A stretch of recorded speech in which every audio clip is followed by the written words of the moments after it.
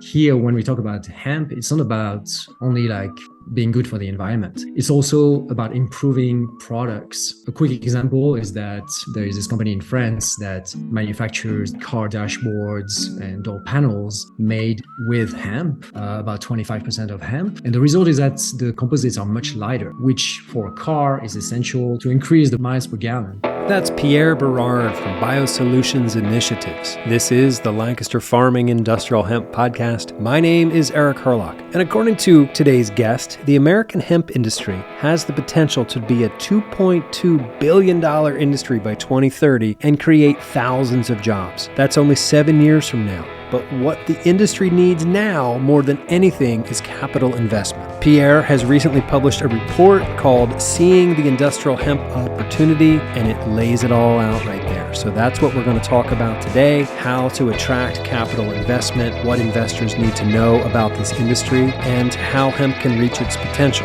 We're also going to have a quick check-in call with hemp and bison farmer Herb Grove from Center County, Pennsylvania. But first, a few words from our sponsors, and then we'll get started with today's show.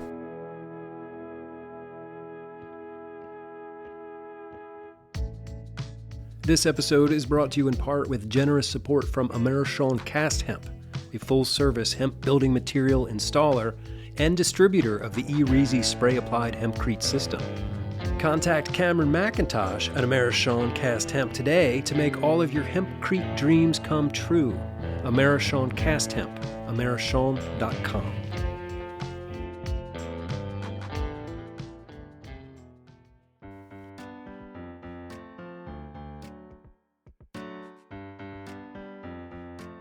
Today's show is sponsored by IND Hemp in Fort Benton, Montana, where they believe in the goodness of hemp. So just the other day, I was talking to Ken Elliott from IND Hemp, and he was wondering if we could use this sponsor message here on the show to urge all of our listeners to go see the movie Common Ground. This is the sequel to Kiss the Ground that came out a few years ago. Common Ground is premiering around the country this month, and Ken really wants all of us to go see it. He says, and I quote, "Regenerative farming is a big part of the environmental solution, and hemp is regenerative farming. They is us, and we is them," he says. I'll put a link to the Common Ground website on the show page for this episode, and you can see when it's coming to your neck of the woods. Okay, welcome back. So here we are. It's the very beginning of November 2023. It's crazy to think that we've only got 2 months until 2024. So what a year 2023 has been. I think all in all, it's been a good year. I know I've gone through some positive personal changes and feeling good. Anyway, before we get into my conversation with Pierre Berard, I wanted to have a quick check-in call with Herb Grove. He's my farmer friend up there on Brush Mountain in Center County, Pennsylvania, where he raises hemp and bison. He's actually on the line now. Herb, are you there? Can you hear me? Yep, we're here, Eric. Good. Well, welcome back to the show. It's good to talk to you again. So I was up at your place, what was that, middle of August this year, and you had about 50 acres of hemp growing. It was 2 different varieties of grain. And so I'm curious how the rest of the season went for you. It was pretty a little different this year with the 2 varieties. The one variety didn't mature at the same time. In fact, it was probably about 3.5, 4 weeks behind, planted at the same date. So we had some harvesting issues as far as that goes. But the one variety out of Canada come off, and this year was unique. It was seemed to be a little drier than average, and it harvested really well. We had no wrapping issues with the stalks. Everything went perfect as far as harvest goes. Okay, so what harvesting equipment were you running? We just run a conventional combine, John Deere 9500 with a platform head. We just took the heads off, kind of cut pretty high. We didn't focus on any fiber at all this year. Okay, so talk us through what happened next. How quickly do you have to get that grain dried down? We were in the dryer the same day.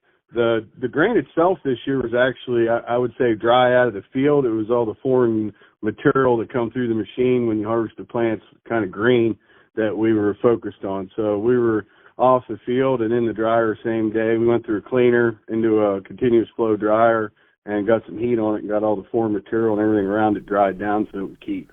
Okay. When I was up at your place this summer, you gave me a quick tour of the drying facility. Can you describe that piece of machinery?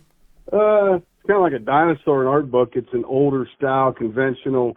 I mean, it's a continuous flow dryer. So once we fill up the wet bin and fire up the dryer, it cycles through nonstop. With hemp, it's a little tricky because we're drying with very low temperatures and as fast as we can get it through. So the dryer's as fast as the dryer can move, we lower the temperature and just run the grain through, put the heat on it, cool it down, and then it goes into a dry bin, and then we put continuous air while it's in the bin and cooling down. All right. So what's your target moisture content? 7.5 to 9%. I think we're safe. It's anything over that, it tends to get pretty sticky. So, we're coming out of the dryer right around 9% continuously. And there's a lot of fluctuations with those seeds or the amount of material. We could be as low as 7 and high as 10, and then, it blends when it goes in the dry bin. And then how do you utilize it? Do you get it crushed for oil and cake? Yeah, so we partner with a couple different people, Susquehanna Mills or Healthy Oil Seeds out in Clarington, North Dakota. The majority of our grain will go out to Roger out there, and he'll press it for oil. Okay, and then what? Does he buy the oil from you and send home the cake, or, how does that work? Yeah, our goal will be to shift the seeds out. Once we get them out of the bin, we run them through another cleaning process, put them in super sacks, so we truck them out in a van, and we'll bring cake back when we bring the trucks back. So they'll take the seeds out and bring us cake back that we can utilize throughout the year. Okay, and that goes into your feed rations for your bison herd, right? Yep. We're still trying to use it when we can. Not that it's a legal feed ingredient, but we can add it to it as long as they're not on it for the last 90 days. Okay, and we've talked about this before, but you see an improvement in your animals by feeding the hemp cake to them, right? I think what we're working at, our future goal is to use it as a top dress. We keep changing up our programs. We're finding that the byproduct, it's high in fat and it's higher in protein, so we can add it to our rations to offset the higher protein costs from other feed additives at this point. Okay, and getting back to the hemp, you said you're just going to let the straw residue stay in the field? It's pretty tough when you run, we're finding out the plants didn't get real tall this year. We were running about 3.5 foot. We're taking off the top 1.5 foot, and for us to come back in and try and cut the byproduct down, it just creates a lot of extra work. It's a lot of headaches, and the value, as most of us know, there's just not a lot of value for us to waste the time and cost till we figure out markets for the fiber. Right. Okay. So you're just going to leave it in the field, plow it in. How about this winter? You putting any cover crops in? Yep. So we go back through with a chopper. We chop it up, break up the material, and then we come back in and put a annual ryegrass in over top of the hemp fields. And you've got that rye in there now. Yep. Yeah, and it's good foreign material, the stalks. I'm curious to see how our soils turn out next year because, in the past we've already, taken that byproduct off the ground. This year we're leaving it on the ground, working it in the soil, and then coming back in with that rye, and we'll see how the rye does for next year. Okay. Speaking of next year, what are your plans for hemp next year? I'm not sure I have any based on regulations. We're waiting for the Farm Bill, some regulations to change. I'm not too excited about jumping into hemp next year, to be honest with you, until hopefully the government or the state gets us some different rule changes on what we got to do to even be legally allowed to grow the stuff. Yeah. So is there something in particular that you want to see in this new Farm Bill? I'd like to see, the background checks and all the crop, the extensive reporting, the fingerprinting. I mean, all that's just an added hassle. It's tough for the farmer to, we're kind of last minute guys. So we wait till we got all our other crops planned, and then we might want to pick up an extra farm to put hemp on, which we can't do unless we're already have a permit for that farm. So it's kind of aggravating when, we can use this crop as a, alternative to put into some different soils or a new farm. And now we're restricted to being able to plant it because we didn't go ahead and apply for our permit in a timely manner. Right. That's got to be frustrating. It's very frustrating. Last year we would have probably picked up another 20 or 30 acres of hemp, but it was after the deadline. And at that point, they want a new fingerprint. They want a background check. They want all the stuff. Well, when the hustle's on, we don't have time to do all this. Yeah, right. I hear that. So how do you feel about the pre-harvest THC testing? I'm on the fence about it. I mean, I understand the reasoning behind it. They want to make sure that, that's good information to have. The expense isn't, as big a deal. I know we did get pulled for, an audit from the state. They wanted to come in, and a few of the questions was the spray programs we use or whatnot. As we all know, there's not a lot of stuff labeled for hemp yet. So it's kind of a gray area where, what you can and cannot do. Right. We did use some chemicals in parts of the fields kind of as a test plot, but the majority of it, we had pretty good weed control up until the later part when the plants started drying out, and then we got some foreign materials coming in. But for the most part, it did a good job this year of covering over and not having a lot of extra weeds. So I know there's a lot to learn when it comes to growing this crop. What sort of lessons did the hemp teach you this year? One thing that I really found this year was that we decided to plant the seeds a lot deeper to try and find moisture than we would have on a regular basis, and it worked out well. In the past it was, you want to plant ½ inch deep, no deeper. This year we were as deep as inch and a quarter to get moisture, and it was really nerve-wracking because it didn't come out of the ground as quick as it normally would have, but once it came out, it just went. So that was a big bonus this year, that I wouldn't be afraid to plant this stuff at 2 inches if that's where we had to go for moisture, because it was really dry there in the spring. So, and you've seen the plants, the crops, the fields look great. I mean, the hemp did really well.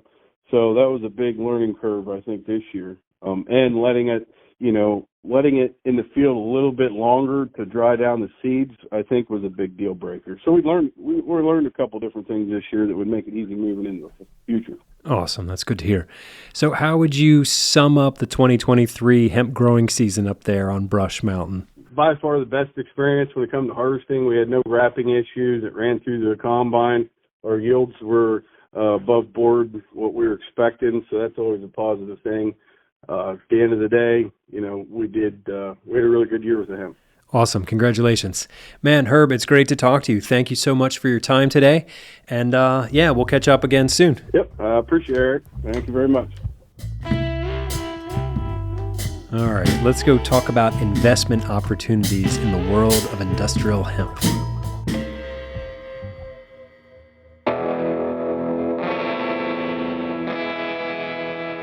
Pierre Berard from BioSolutions Initiatives. Welcome to the Lancaster Farming Industrial Hemp Podcast. How are you doing today? Very well. Thank you for you welcoming me, Eric. Absolutely. It's an honor to have you here.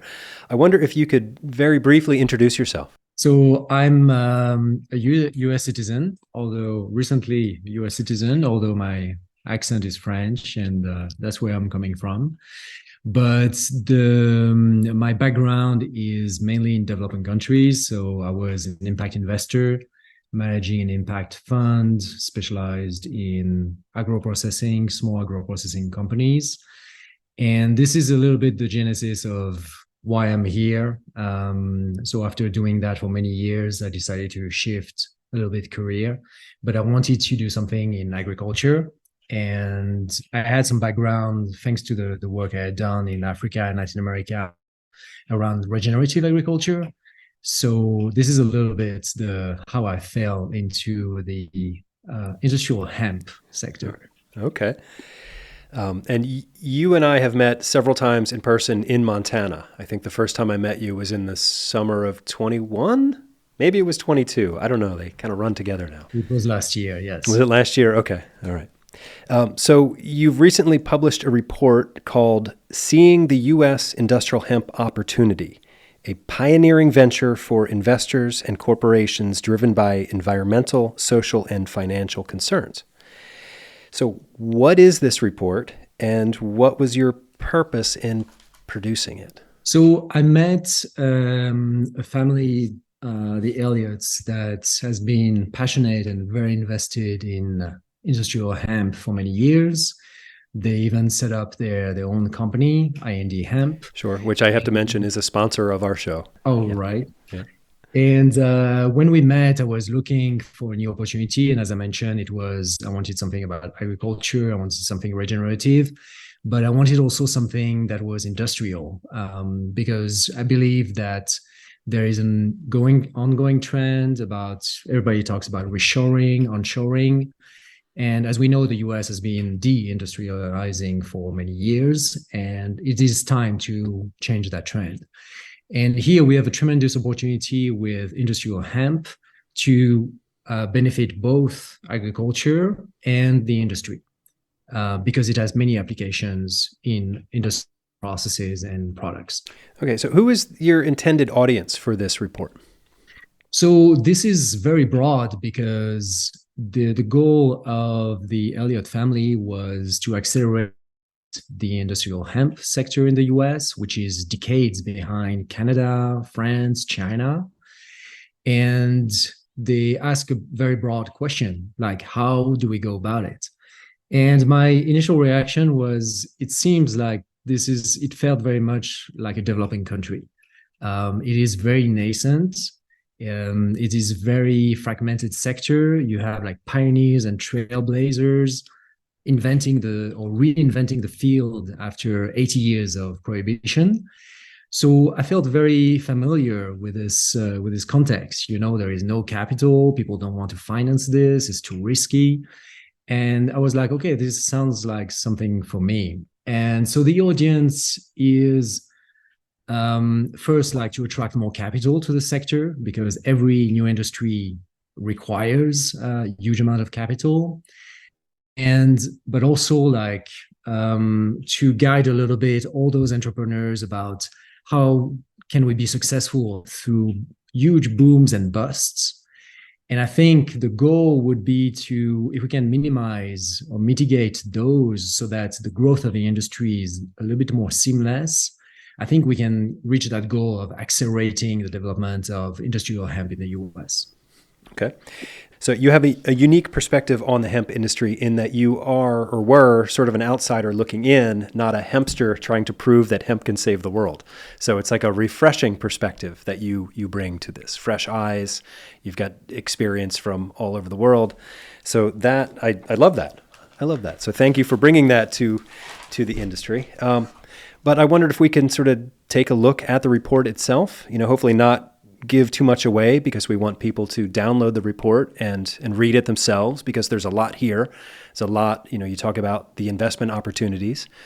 And it is a free download. You're willing to share this with anyone who wants to read it, right? Yeah, again, like the goal is to accelerate the development of this sector. So this is just a tool. It was not to write a report. My goal was to find a way to create an investable sector. Right. Okay. So I thought we could just sort of go through. I'm basing this line of questions from the table of contents. So I wonder first if you can tell me what is the U.S. hemp opportunity? So after 80 years of prohibition, the industrial hemp, so the plant has been completely put aside. And as we look at the current trends today, there is a huge case for sustainability, but also for performance that we can get from natural fibers, natural components in general. And so there is all these trends like the circular economy, the regenerative agriculture, reshoring and onshoring are big trends as well. Plant-based foods, of course, and hemp fits in all those cases. So it's a very versatile plant, and we can talk about the applications, in plastic, composites, construction, insulation, nutrition, textiles, of course. So with this kind of versatility, there are many applications or commercial opportunities, of course, but also like for when we look at big corporations, one of their major concerns, I would say, are twofold. One is sustainability, because they know that consumers demand it, and investors as well are looking closely to what corporations are doing. There's a lot of greenwashing, but down the line, they know that this can go only so far. They have to act. So sustainability is a big concern.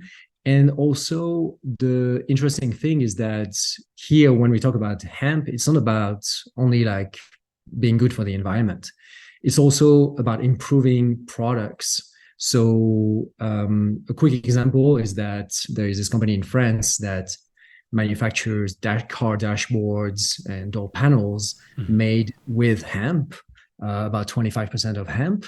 And the result is that the composites are much lighter, which for a car is essential to reduce the gas per gallon, Sure.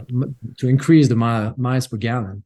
So, so there are many applications in terms of lightweight, durability, solidity that can be gained from putting a little bit of hemp in everyday tool like products. Mm-hmm. Okay.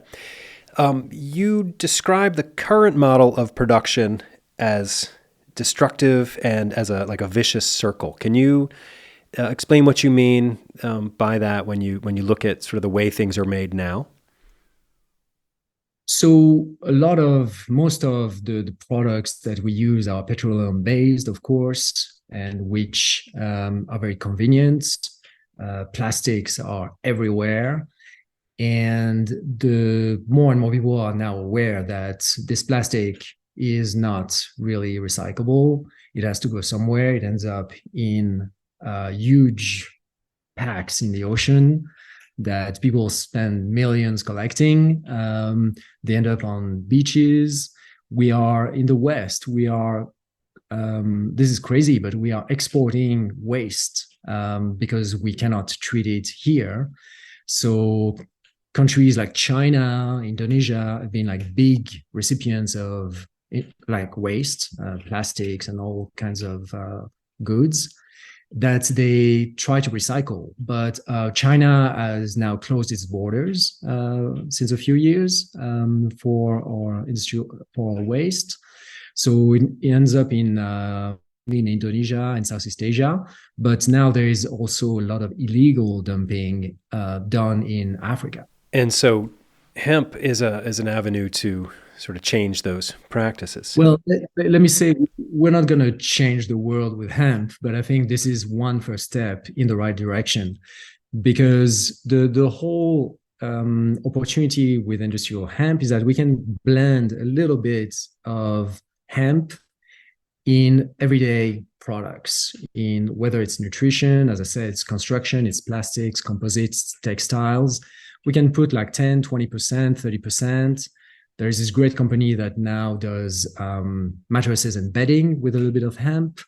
So it helps a little bit. I think it's one first step. But again, it's going to make those products more durable as well. So they will not have to produce as much. Right. So I think it's a good step in the right direction. Right. And adding, hemp in small percentages sort of lets the industry develop and ramp up at a more manageable pace rather than, an industry demanding, so much hemp right now. We can start small and grow it in a That's a smart very way. good point, Eric, that you made indeed, because one of the thing as well is like one critical element for the success of this industry is that industrials need to be able to take that little bit percentage of hemp into their existing processes and machines and tools without changing their whole production process. Right. So, and that is doable.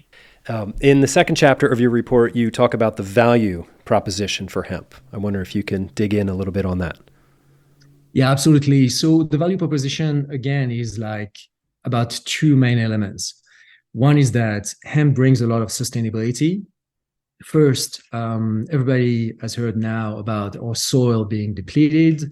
So hemp can be defined as a regenerative plant because it has a very dense and long root system. So it is able to improve water retention. It is great for soils. So it can be used as a rotation crop with barley, with wheat, with cotton, with corn. So with many of our usual crops. So the farmers they just have to rotate it. They don't have to set apart a different field. So it's good for the soil. And based on the experience of France and also of several US farmers have been able to increase their yields on the crop after planting hemp from 20 to 30%. So showing that it's good for soils, basically. The second thing is that the sustainability aspect carries on to manufacturing. So as we just discussed, it makes products more sustainable because it contains less petroleum-based products, synthetic materials. It's definitely more healthy as well. But the other component is the first one was sustainability. The second one I call performance. It increases the value of the product by adding durability, solidity, lightweight. When we talk about nutrition, it's like extremely powerful nutrition plant. So it adds basically, it's a value add ingredient or material that you put in your products.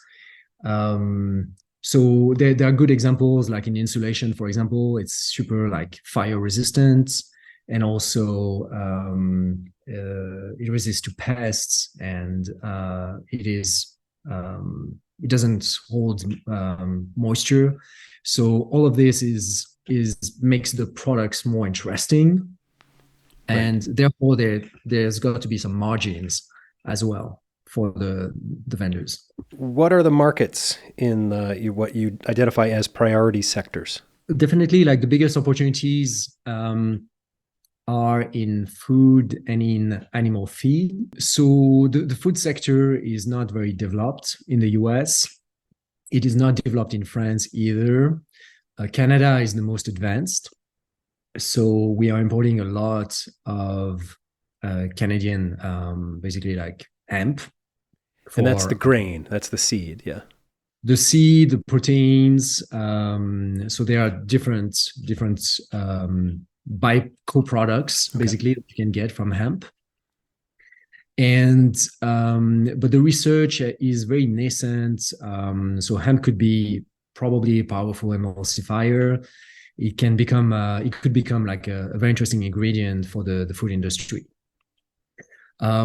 As regard animal feeds, there are some federal restrictions. So the regulation for prohibits basically the use of hemp in animal feed. So we humans can eat it, but animals cannot.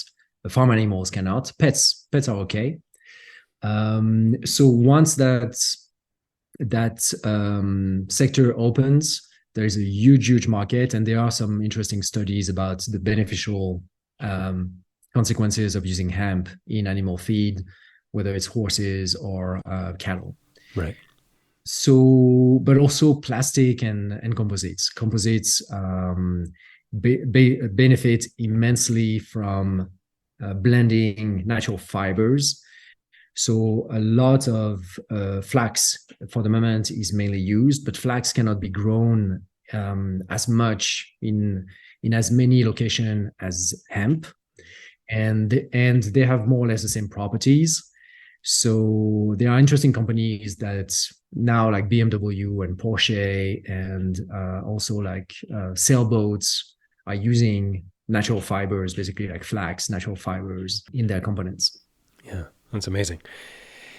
So what can we learn from other countries? We know that the U.S. Hemp industry is nascent, but other countries like China and France have been doing this a lot longer than us. But are there some lessons that we should be picking up from these other countries?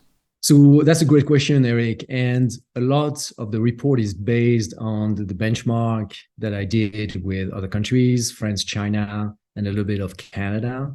So what did they do? So one of the things that I really liked about France was the cornerstone of the industry is really the relationship between the farmer and the primary processor of the plant. So not only is it about securing the volumes and the raw material from the farmers year after year, but when we think about more sophisticated products, we will require more advanced genetics. They will require as well like very advanced agronomics. So the farmers will be key participants in growing the hemp, the plant, to the specific needs of the processor to manufacture a specific textile or to manufacture a composite. So this relationship between the primary processor and the farmer is really key. So in France, they have done that. They have ensured that through a cooperative setup. I don't believe that we need to necessarily replicate that in the US, but there needs to be a close cooperation. So it can be like the soybean and the beet industries have developed some models. So we can learn from that and apply those. But I believe that that's really the cornerstone for the success of the industry. Okay, and you go into much greater detail in the report here, so folks listening can dig in on that stuff in the report. You have a vision, sort of 4 pillars that can anchor the industry. Can you talk about these 4 pillars in your vision? Yeah, absolutely. So the first pillar we just talked about is this farmer primary processor relationship. So that's the first one. The second one is this is a very nascent industry. And although you have like a lot of very inventive, creative, passionate entrepreneurs, each of these entrepreneurs has their strengths and weaknesses. And based on the best practices that I have applied in developing countries in the past, what is really useful is to have an entity that can provide technical assistance to those entrepreneurs. Whether like a farmer can be a great technician, he can be a great, how do you say? He can be able to raise capital very easily, but maybe he's not so good at marketing or at managing finance. And so technical assistance is really helpful in those cases to provide the missing pieces, basically. Mm-hmm. So it's a kind of, what incubators do for the VC industry. But here we are considering like a separate entity that would be available to those entrepreneurs, but also to farmers who want to evolve in or like to start growing hemp. So and we call that the Sustainability Alliance. So it's probably a nonprofit arm. And again, like here, I got inspired by what the soybean industry has done. They have applied a similar model, the cotton industry as well. So we are not inventing anything. We're just using the best practices. So that would be the second pillar. Mm-hmm. And then the third pillar is corporations, because corporations represent the demand. And at some point, I believe they will become involved. Levi's and Patagonia are using hemp today for their textiles, but they are importing everything from China. Right. So if they could find domestic production at this more or less the same cost, that could be interesting.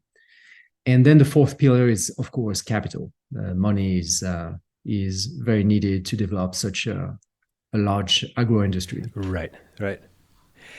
From that point, with those four pillars, then what happens? How do you get the corporations and the money, and how do you set all this up? What happens next, Pierre?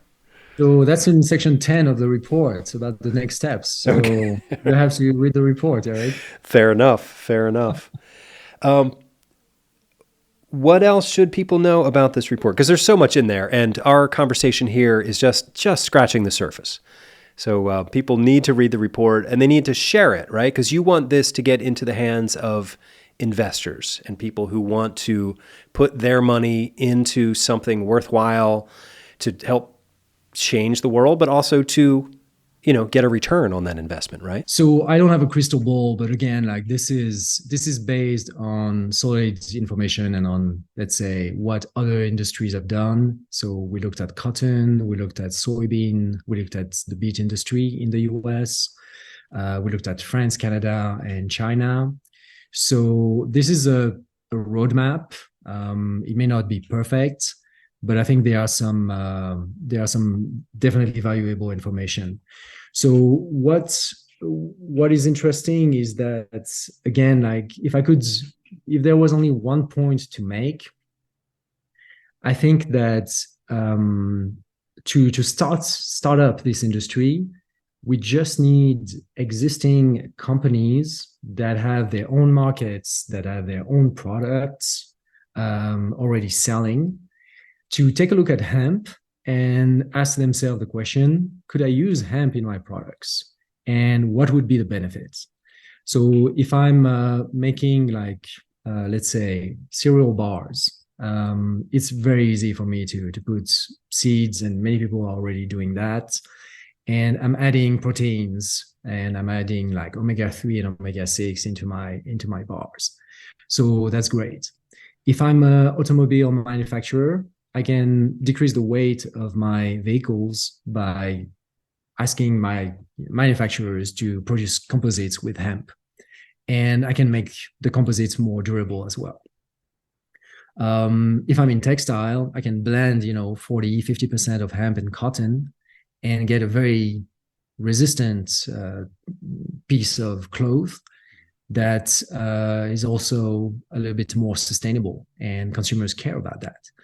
So, and the example I really love is this Texan company that is now promoting, they've developed a hemp foam, and that they put into bedding, so in mattresses, but it has many applications, in the like furniture, textile, cushions, airlines, cars, and everything.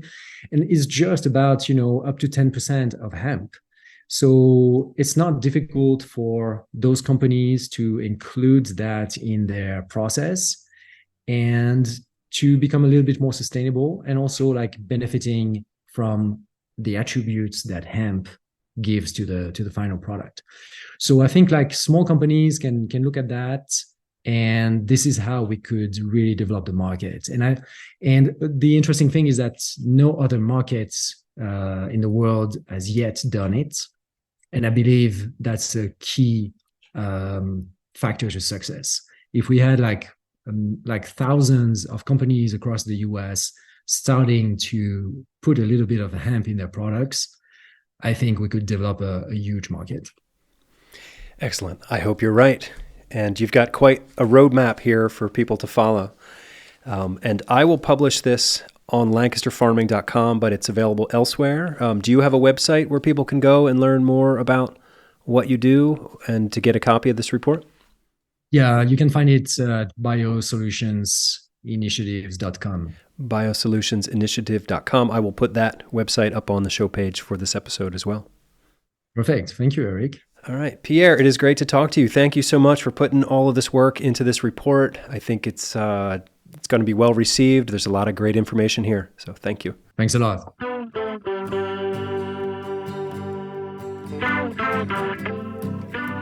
All right. There it is. It's the end of the show now. Thank you for listening.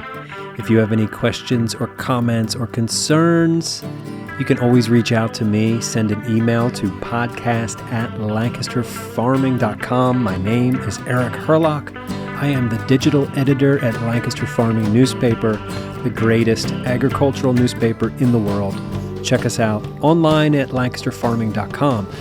And be sure to go there to download a copy of Pierre Berard's report about the investment opportunities in hemp. I will have a link right on the show page for this very episode. So, all right, until next time, I will see you in the newspaper.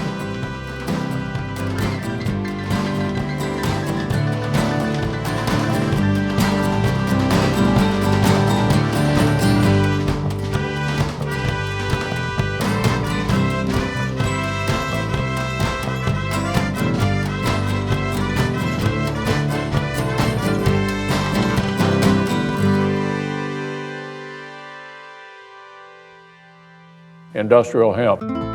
Season 3, Episode 40 of the Lancaster Farming Industrial Hemp Podcast is copyright 2023 by Lancaster Farming Newspaper, part of its Time and Communications family. Today's show was written and recorded, edited and produced by Eric Herlock, and the music you hear throughout the show is courtesy of Tin Bird Chef.